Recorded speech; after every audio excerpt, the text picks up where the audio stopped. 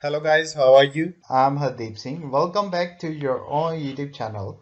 IELTS updates and recent exams. For more updates related to recent IELTS exam writing test topics, listening, reading, practice test, and speaking, you got guesswork. Please, guys, participate in everyday listening and reading practice test to achieve your desired band score in your actual IELTS exam.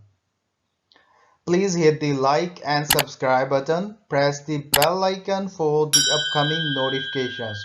Don't forget like, subscribe and share my YouTube channel and my Facebook page, IELTS updates and recent exams.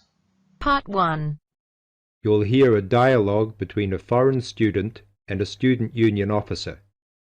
As you listen, answer the following questions.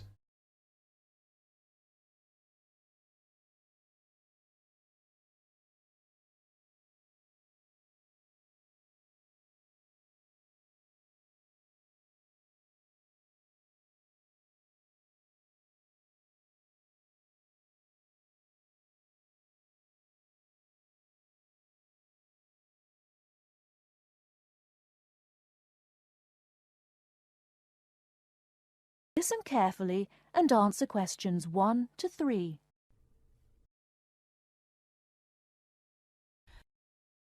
Good morning. Can I help you?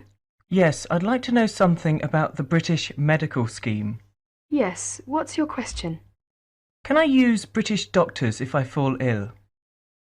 That will depend on how long your course of study is. If it is 6 months or more, then you are entitled to treatment from the British medical scheme, called the National Health Service, NHS, as if you were a British citizen.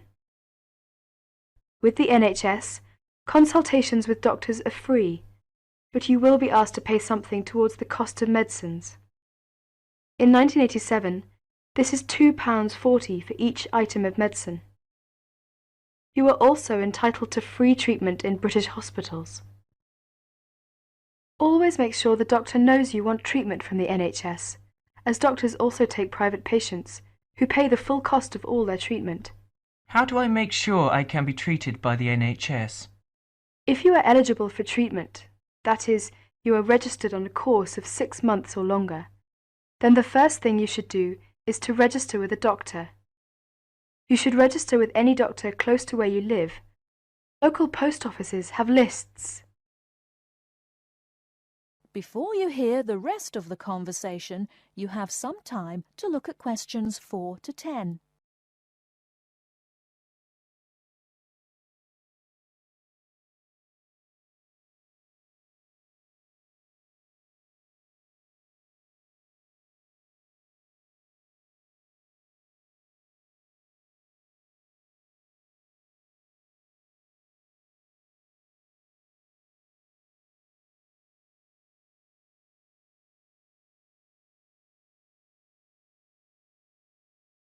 Now listen and answer questions 4 to 10.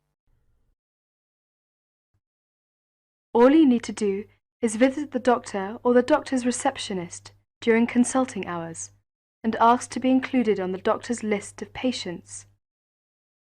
If the doctor decides to accept you, you will then be sent a medical card by post, which will carry your National Health Service number. Take great care not to lose this. If the doctor cannot accept you, try elsewhere or contact the local family practitioner committee. You can get the address from the post office or any doctor.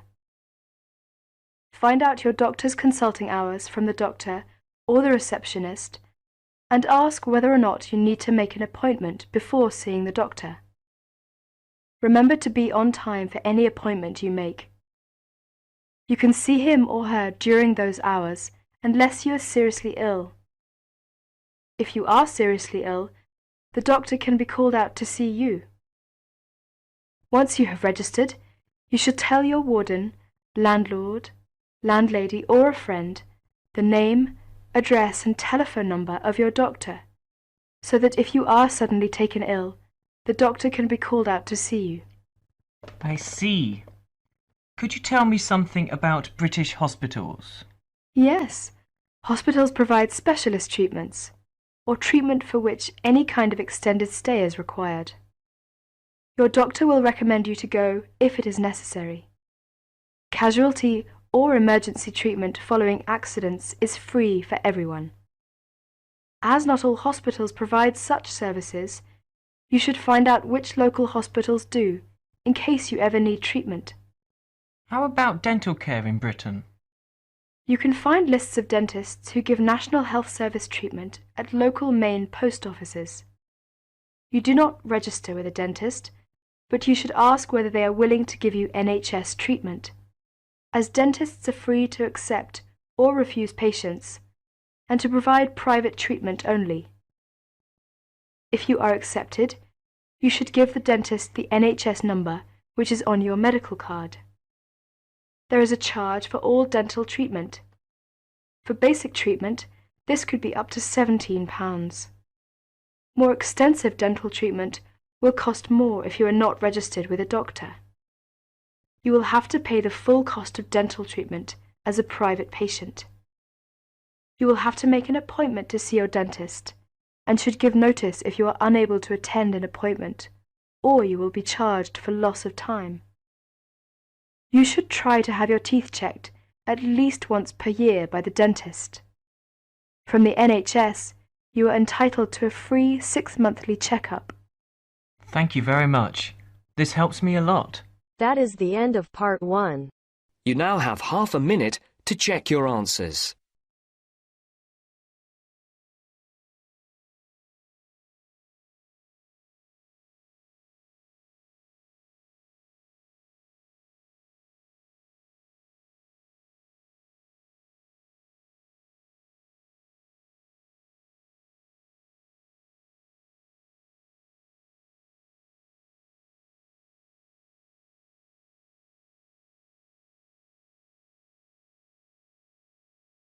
Now turns to part 2.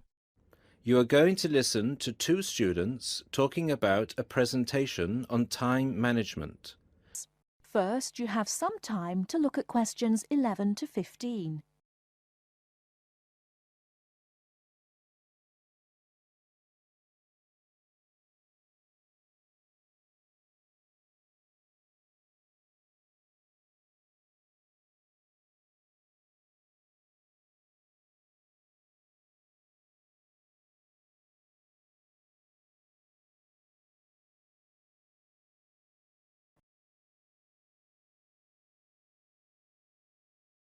Now, listen carefully and answer questions 11 to 15. Hi Mark, what are you doing? Hi Lucy. Well, I'm preparing this seminar on time management. I'm supposed to do a presentation on the topic next week. Ironic, isn't it? I'm probably the worst student when it comes to time management. I don't think you're that bad compared to some other people I know. Do you need some help with it? Yeah, I just don't know where to start, to be honest. When are you doing the presentation? I'm supposed to hand in the draft on Wednesday at 11 a.m. The presentation is scheduled for 10 a.m. this Friday. That's not too bad. This gives you the whole weekend to prepare. Let's brainstorm some ideas, shall we? Do you want to get a pen and paper to jot down some thoughts? I think you should start with a broad general statement. For example, I read somewhere that organizing time is a skill like learning to drive or tying your shoelaces. Then you could move on to discussing the common problems people have with managing time. That's not a bad idea. One of the common problems is putting things off. Yeah, you could also mention some common signs of this symptom, such as last-minute holiday shopping, putting off visits to the doctors or the dentist. Another problem is relying too much on your memory and not writing things down. Do you mean not keeping a diary or a planner to plan the tasks? That's right. For example, writing down what I need to do in a diary or planner helps me remember what I need to do and makes me more focused on the tasks for the day. Good idea. Before you hear the rest of the talk, you have some time to look at questions 16 to 20.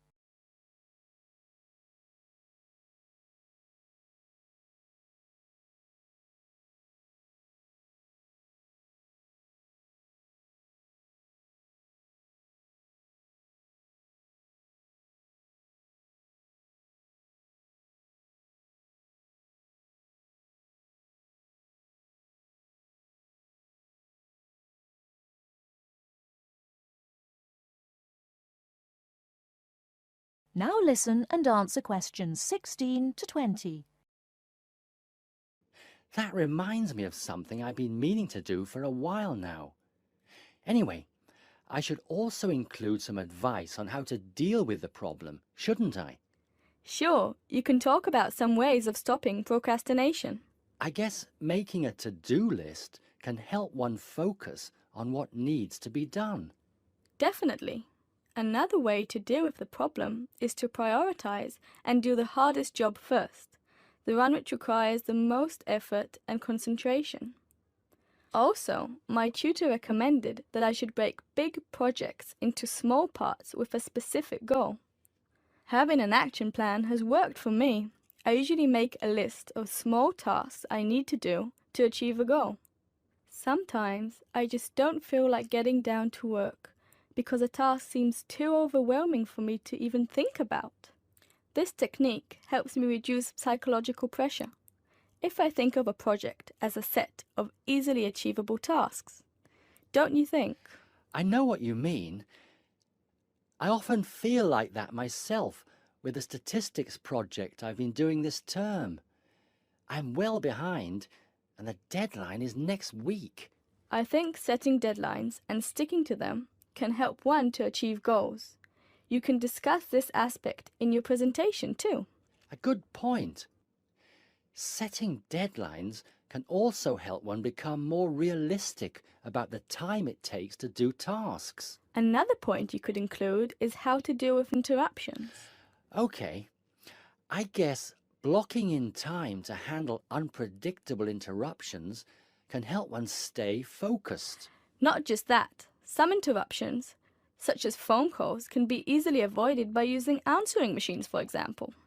Saying no, which is one of the most useful words in English, is also very effective. It can be tough sometimes, but you've got to learn to say it nicely but firmly. I think you've got enough ideas here to start with. Definitely. Thanks a lot for your help. I just need to type the ideas up and I think I'm all set. Do you think you can lend me your laptop for a couple of hours? I'm afraid I can't. I've got to finish my own project. Never mind. I'll use one at the library. You certainly know how to say no. Learned it the hard way. Got to go now. Good luck with the presentation. Cheers. See you later. The end of part 2. You now have half a minute to check your answers.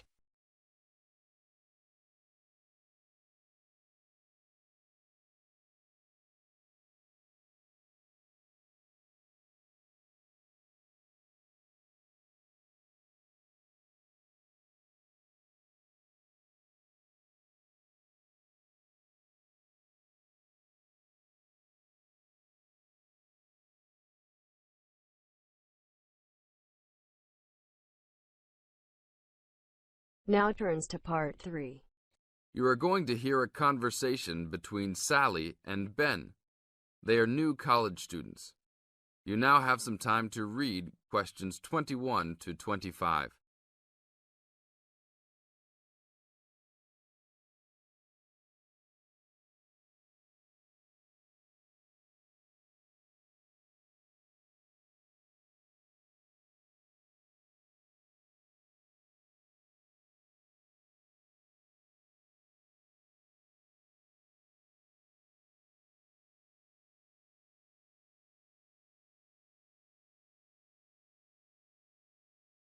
Now, listen to the first part of the conversation and answer questions 21 to 25. Hi, Ben. Sally. How are you? Fine. I wondered if I'd run into you. When did you get here? I only arrived last night, just in time. I prefer to travel on Sundays to miss the working rush. I suppose you arrived in plenty of time. Oh, I've been here for 4 days now, so it must have been Thursday that I arrived. I like to have a good chance to look around and settle in. I should have come earlier too. I'm hoping to get a part-time job. Well, you've no time today, I suppose. Do you still plan to be an architect? Yes, it's what I've always wanted to do. And you were planning to do economics, weren't you? Yes, I was. but I've decided on psychology instead. How many textbooks do you have to get? I've been given this long list, and I'm sure they'll cost a fortune. See? That looks a lot. It's longer than my list. Well, it's 14 all told. So I might use library copies instead of buying some of them. What about you? I'll probably buy the whole lot of mine because I only have 5 on my list, although I'm sure there are many more I'll have to read. Luckily, we don't have to read them all straight away. Have you got your class timetable yet? It came with the book list. When do your lectures start? Tuesday. That's tomorrow. How about yours? Oh, I've got an extra day, the day after yours start. Now you have some time to read questions 26 to 30.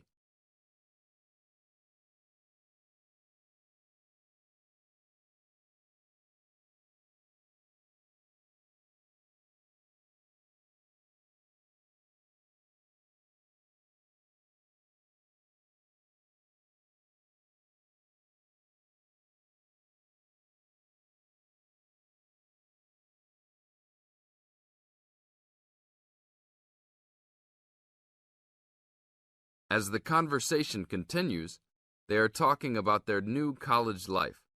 Listen carefully and answer questions 26 to 30. It's nothing like school, is it?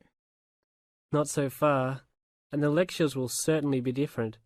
Do you have any special approach for keeping up with lectures and the amount we have to read? Well, I usually try to read every word in a book, in case I miss something important. So I suppose I'll try to write down every word of the lecture if I can.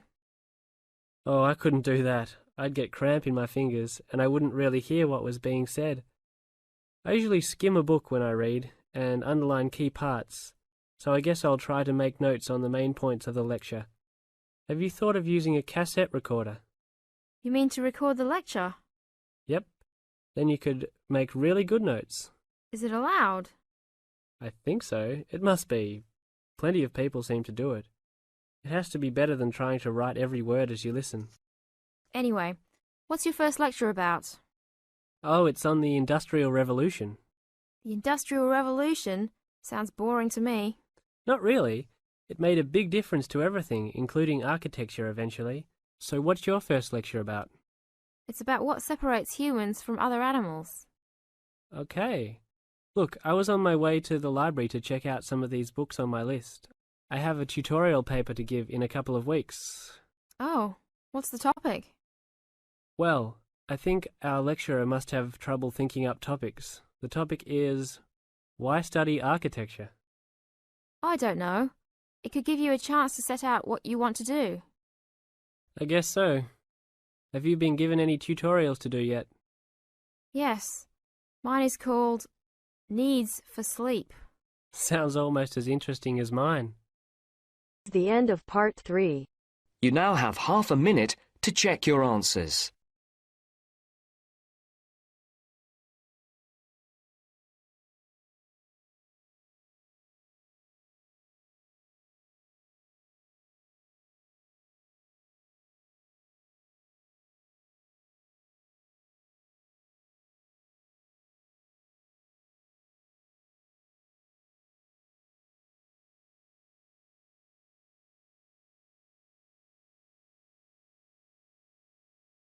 Now turns to part 4. You are going to hear a talk on Canada. First, you have some time to look at questions 31 to 40.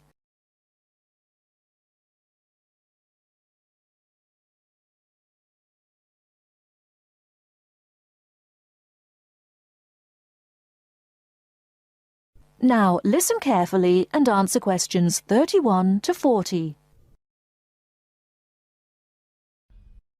Good morning and welcome to this talk on Canada. Many people think of Canada as a land of ice and snow. They think of it as a young country with few inhabitants, a country of English-speaking white people. While some of this is true, it is also an inaccurate description of the country we call Canada. Canada lies in the northern half of the continent of North America. The most northern parts of Canada are sometimes called the Land of the Midnight Sun because at certain times of the year the sun never sets and is still shining faintly at midnight.